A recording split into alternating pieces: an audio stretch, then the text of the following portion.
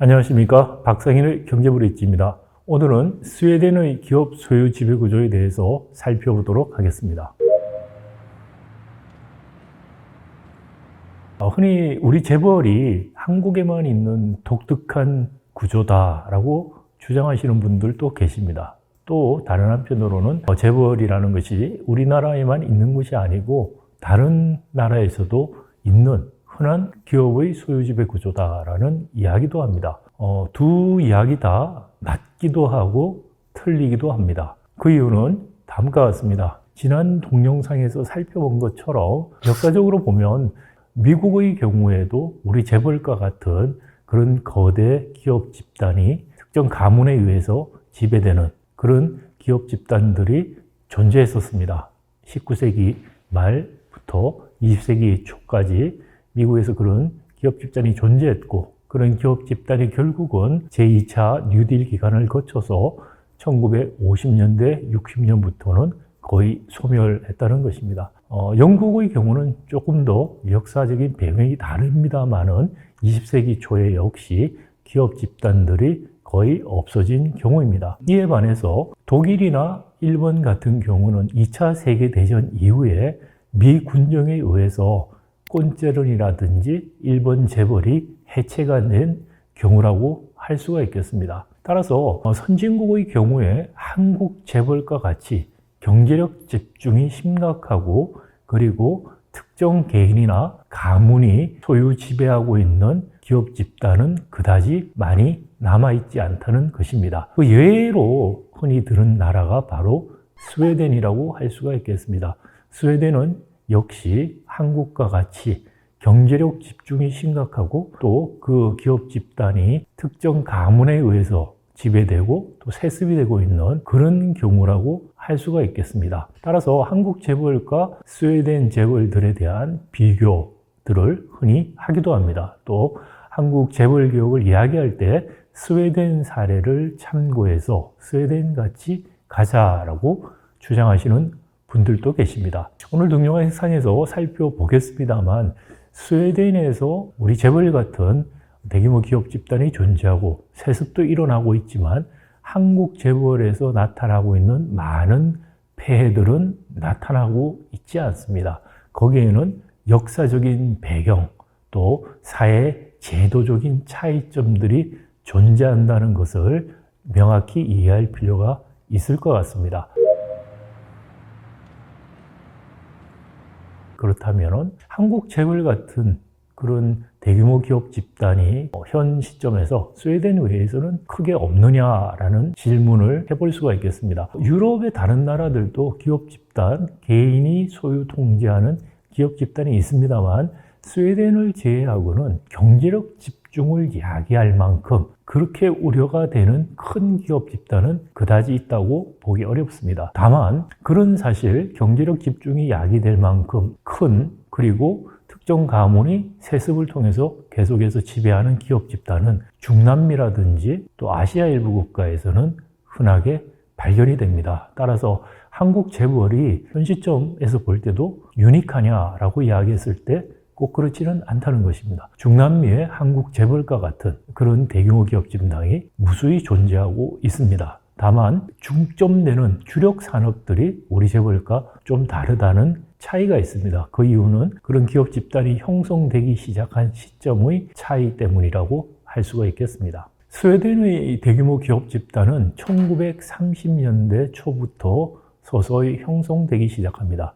앞 영상에서 미국의 경우에는 1920년대, 30년대에 우리나라 재벌과 같은 대규모 기업 집단 또는 소유 분산된 상장 기업이 최종 컨트롤하는 이른바 총수가 없는 대규모 기업 집단들이 형성되기 시작했다고 말씀을 드렸습니다. 스웨덴도 마찬가지로 1930년대에 이런 대규모 기업 집단들이 형성되기 시작했습니다. 그런데 미국은 뉴딜 기간을 거치면서 대규모 기업 집단들을 해체하는 일련의 과정을 거친 것과 반대로 스웨덴의 경우는 스웨덴 재벌들이 그 이후 30년대 이후부터 지속적으로 발전, 유지해 왔습니다. 자, 그렇다면은 이는 스웨덴과 미국의 근본적인 차이점은 무엇에서 비롯되는 것일까요? 다음 그림에서 보실 수 있는 것처럼 소유 지분의 분산 정도와 그리고 고용 보호 정도, 즉 노동조합 조직률 같은 것들로 흔히 대리 표현되는 고용 보호 정도 사이에는 음의 상관관계가 있다는 그런 연구들이 1930년대 자료들을 활용해서 발표된 적이 있습니다. 즉 이것은 미국의 경우는 고용보호 정도가 낮음에도 불구하고 기업들이 소유 분산된 형태의 정책들이 채택이 되었다는 의미가 되겠고요. 그 다른 극단에 있는 스웨덴을 비롯한 북유럽 국가, 대륙 유럽에서는 소유 분산이 되지 않은 소유가 집중된 기업 집단들이 허용되는 대신에 노동보호 강도가 굉장히 높았다라는 것을 보여줍니다. 이것은 자연적인 현상이라기보다는 어쩌면 정책의 결과였다라고 볼 수가 있습니다. 그런데 한 가지 스웨덴과 한국에 대한 비교를 생각할 때 이 그림에서 한국의 위치가 어디인가를 한번 생각해 보면 많은 도움이 될 것 같습니다. 시사점이 큽니다. 한국은 스웨덴이나 이 북유럽 국가들처럼 소유 집중이 굉장히 돼 있는 나라임에도 불구하고 노동조합 조직률 또는 노동의 보호 정도가 낮은 나라입니다. 아주 독특하게 음의 상관관계가 성립되지 않는 상황에 있는 나라입니다. 이것이 스웨덴과 한국과 미국의 차이를 보여주는 아주 좋은 단적인 예라고 할 수가 있겠습니다. 사실 한국과 같이 노동조합 조직률 또는 노동보호 정도도 낮으면서 동시에 소유 집중이 높은 나라들, 그런 나라들이 또 있느냐? 중남미의 대부분 나라들이 그렇습니다. 노동조합 조직률 낮고 노동보호가 낮으면서 동시에 소유 집중이 일어나고 있는 그런 나라들이라고 볼 수가 있습니다.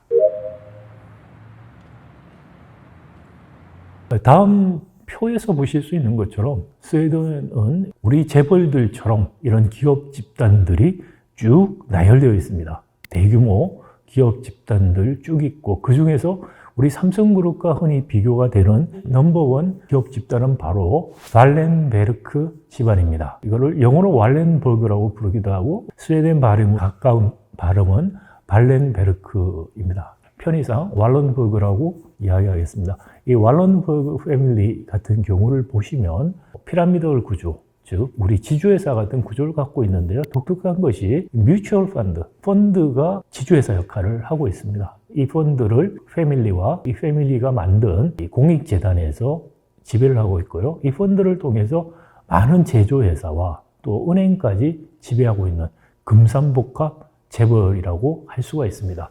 만약에 우리나라에 이런 재벌이 존재한다면 현재 우리가 당면하고 있는 많은 문제점보다 훨씬 심각한 문제점들이 야기되고 있을 것입니다.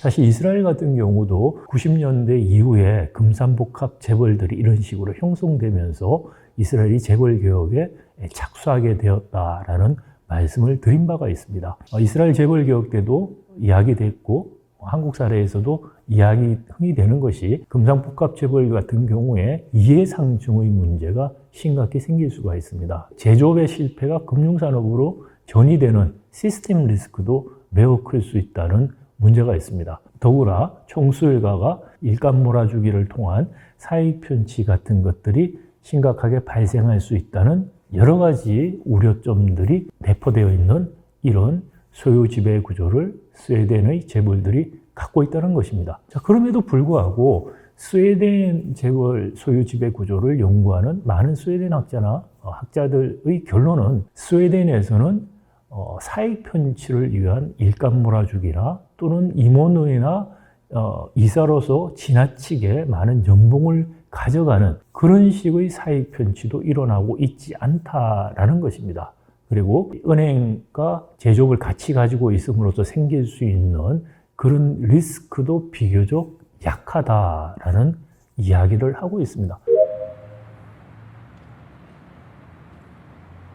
어떻게 해서 스웨덴은 이런 재벌들이 형성될 수 있었고 이런 재벌들이 형성되었음에도 불구하고 우리가 지금 경험하고 있고 이스라엘이 걱정했던 미국과 이스라엘이 걱정했던 그런 부작용들이 나타나고 있지 않는 것일까요? 여기에 대해서 스웨덴 학자들 크게 두 가지 이유를 들고 있습니다. 첫 번째는 이른바 political supremacy, 그러니까 정치가 경제 권력을 통제하고 있다. 정치가 우월한 위치에서 경제 권력인 스웨덴의 재벌들을 충분히 통제하고 있어서 그런 부작용이 일어나고 있지 않다는 것입니다. 스웨덴 학자나 또는 스웨덴에 어느 정도 지식이 있는 분들한테 스웨덴에 왈런도그 패밀리가 존재하는데 왜 그런 부작용들이 없습니까? 라고 물을 때 이야기하는 첫 번째 대답이 바로 이 정치의 우월성이라는 것입니다. 이것은 역사적인 배경을 갖고 있습니다. 스웨덴도 1930년대 중화공업 중심의 발전을 하면서 재벌들이 형성되기 시작하는데 이때부터 1932년부터 현재까지 극히 일부의 기간을 제외하고는 스웨덴은 사실상 한 당이 수십 년간 집권을 했습니다. 바로 소셜 데모크래틱 파티, 3인당이라는 당이 집권을 했습니다. 특히 32년부터는 70년대 후반까지 거의 40년 넘게 집권을 했고요. 일부 기간 보수당이 정권을 잡았습니다만 대부분 그 이후에도 지금까지 3인당이 단독 또는 연정을 통해서 집권을 하고 있습니다. 이 3인당은 이 사회민주화, 즉 어떤 아이디어를 가지고 있었냐면은 코퍼레티즘이라는 아이디어였습니다. 즉 이런 산업 경제력 집중이 되는 기업 집단이 있더라도 이것이 결국은 정치적인 통제하에 있고, 그러면 결국은 이 기업 집단들의 주인이 노동조합원들, 회사원들이 주인이 되면 그게 이제 삼인주의가 되는 것이다라는 아이디어들을 가지고 있었습니다.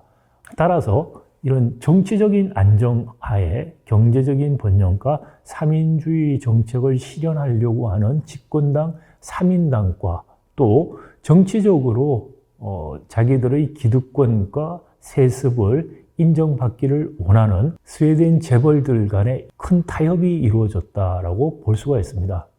스웨덴 재벌들은 3인당의 정책을 직간접적으로 지지하고 또 3인당은 스웨덴 재벌들의 일탈을 방지하는 장치를 마련하면서 아울러 일정한 범위 내에서 세습과 연속성을 보장해 주는 식의 상호 주고받는 이해관계가 성립되었던 것입니다. 이 스웨덴 재벌들은 차등 5개월권 주식을 통해서 작은 자본으로 중요한 뮤추얼 펀드 같은 지배회사를 지배하고 또 그 다음에는 피라미드 구조, 출자 단계를 늘려가면서 작은 자본으로 큰 기업들을 지배하는 식의 확장을 해왔고, 이런 기업들이 스웨덴에서 외국으로 나가지 않고 국내에 계속 머물면서 일정한 고용을 계속해서 한다는 조건하에서 3인당은 이 스웨덴 재벌들을 보호하는 정책들을 했던 것입니다. 스웨덴 3인당의 당수는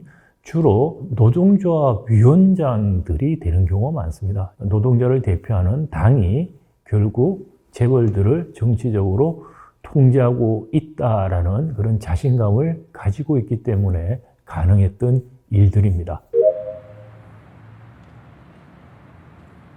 스웨덴 같은 이 노딕 컨트리들, 북유럽 국가들 같은 경우에 경제적인 부패 문제가 없이 투명성이 잘 확보되었다라든지 법의 지배 문제, 언론의 독립성 같은 이런 것들에서 굉장히 높은 평가를 받고 있습니다.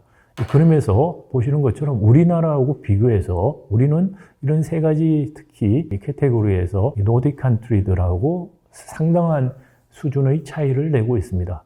특히 이 부패가 없는 문제들 관련해서는 경제정보의 투명성이 굉장히 부장이 되고 있습니다. 예를 들어서 옆집에 있는 사람들이 세금을 얼마 냈는지를 인터넷 검색을 통해서 확인할 수가 있습니다. 우리 같으면 개인정보라고 해서 난리가 날 텐데요.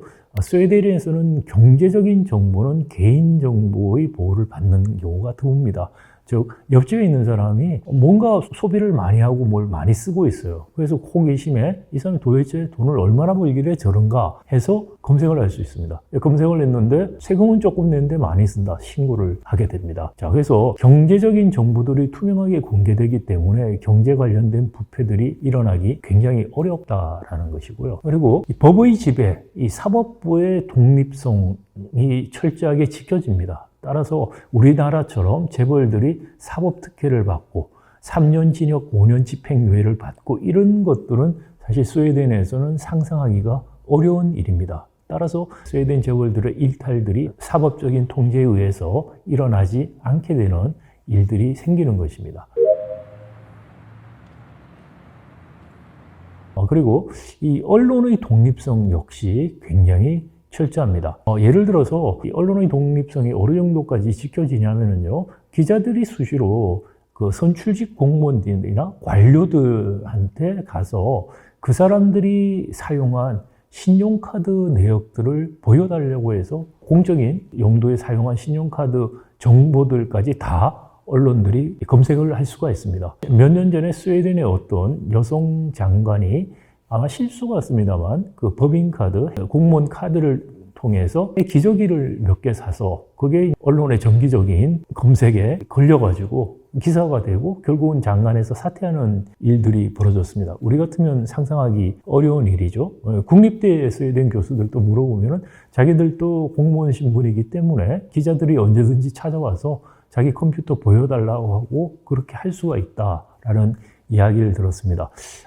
이에 관해서 의료 정보라든지 이런 부분들은 굉장히 철저하게 프라이버시를 지켜주고 우리보다 훨씬 프라이버시에 대한 보호가 높습니다. 그럼에도 불구하고 이런 경제나 부패 관련된 문제에서는 철저하게 정보가 공개되고 여기에 언론의 독립적인 감시 기능도 매우 활발하고 법원의 법 집행 역시 대상의 가림 없이 엄격하게 이루어지고 있는 이것을 우리가 소셜 가버넌스라고 부릅니다. 이런 소셜 가버넌스가 있기 때문에 스웨덴 재벌의 경제력 집중에서 오는 오남용 문제들이 역시 사회적 통제하에 있다 이렇게 생각할 수가 있겠습니다.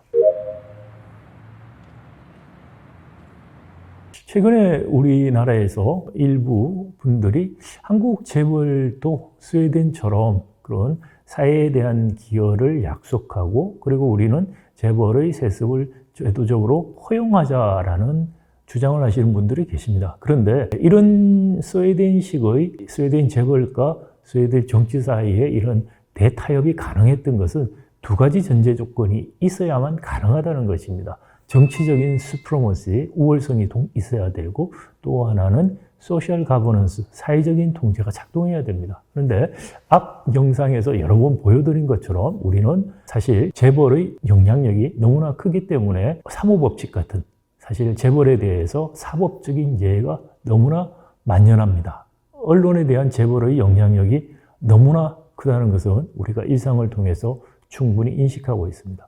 우리 정치 권력들이 재벌들에 대해서 오히려 눈치를 보기 시작한 것도 이미 오래된 일입니다. 정치 권력이 경제 권력에 대한 통제를 행사하고 있었던 것은 아마 박정희 시대 때 이야기인 것 같습니다. 따라서 이 두 가지 전제 조건이 만족되지 않은 상태에서 스웨덴식의 대타협이라는 것은 일어날 수도 없고 그런 대타협이 일어난다고 한들 재벌의 세습만 제도화시켜주고 재벌의 경제력 집중만 강화시켜주는 부작용만 더 났습니다. 이런 힘의 균형이 이루어질 수 있는 제도적인 그러한 바탕이 없이 쉽게 스웨덴식 개혁이라고 이야기하는 것은 무지와 오류라는 것을 다시 한번 말씀드리고 싶습니다. 스웨덴 같은 경우에 재벌들이 존재하지만 재벌이 존재함으로 해서 생기는 부작용들은 최소화 또는 많이 없다는 말씀을 드렸습니다. 그럼에도 불구하고 스웨덴의 학자들은 스웨덴의 이런 소유 지배 구조의 문제점에 대해서 최근에 걱정을 하고 있습니다. 그 이유는 기업이 죽지 않고 계속 산다는 것입니다.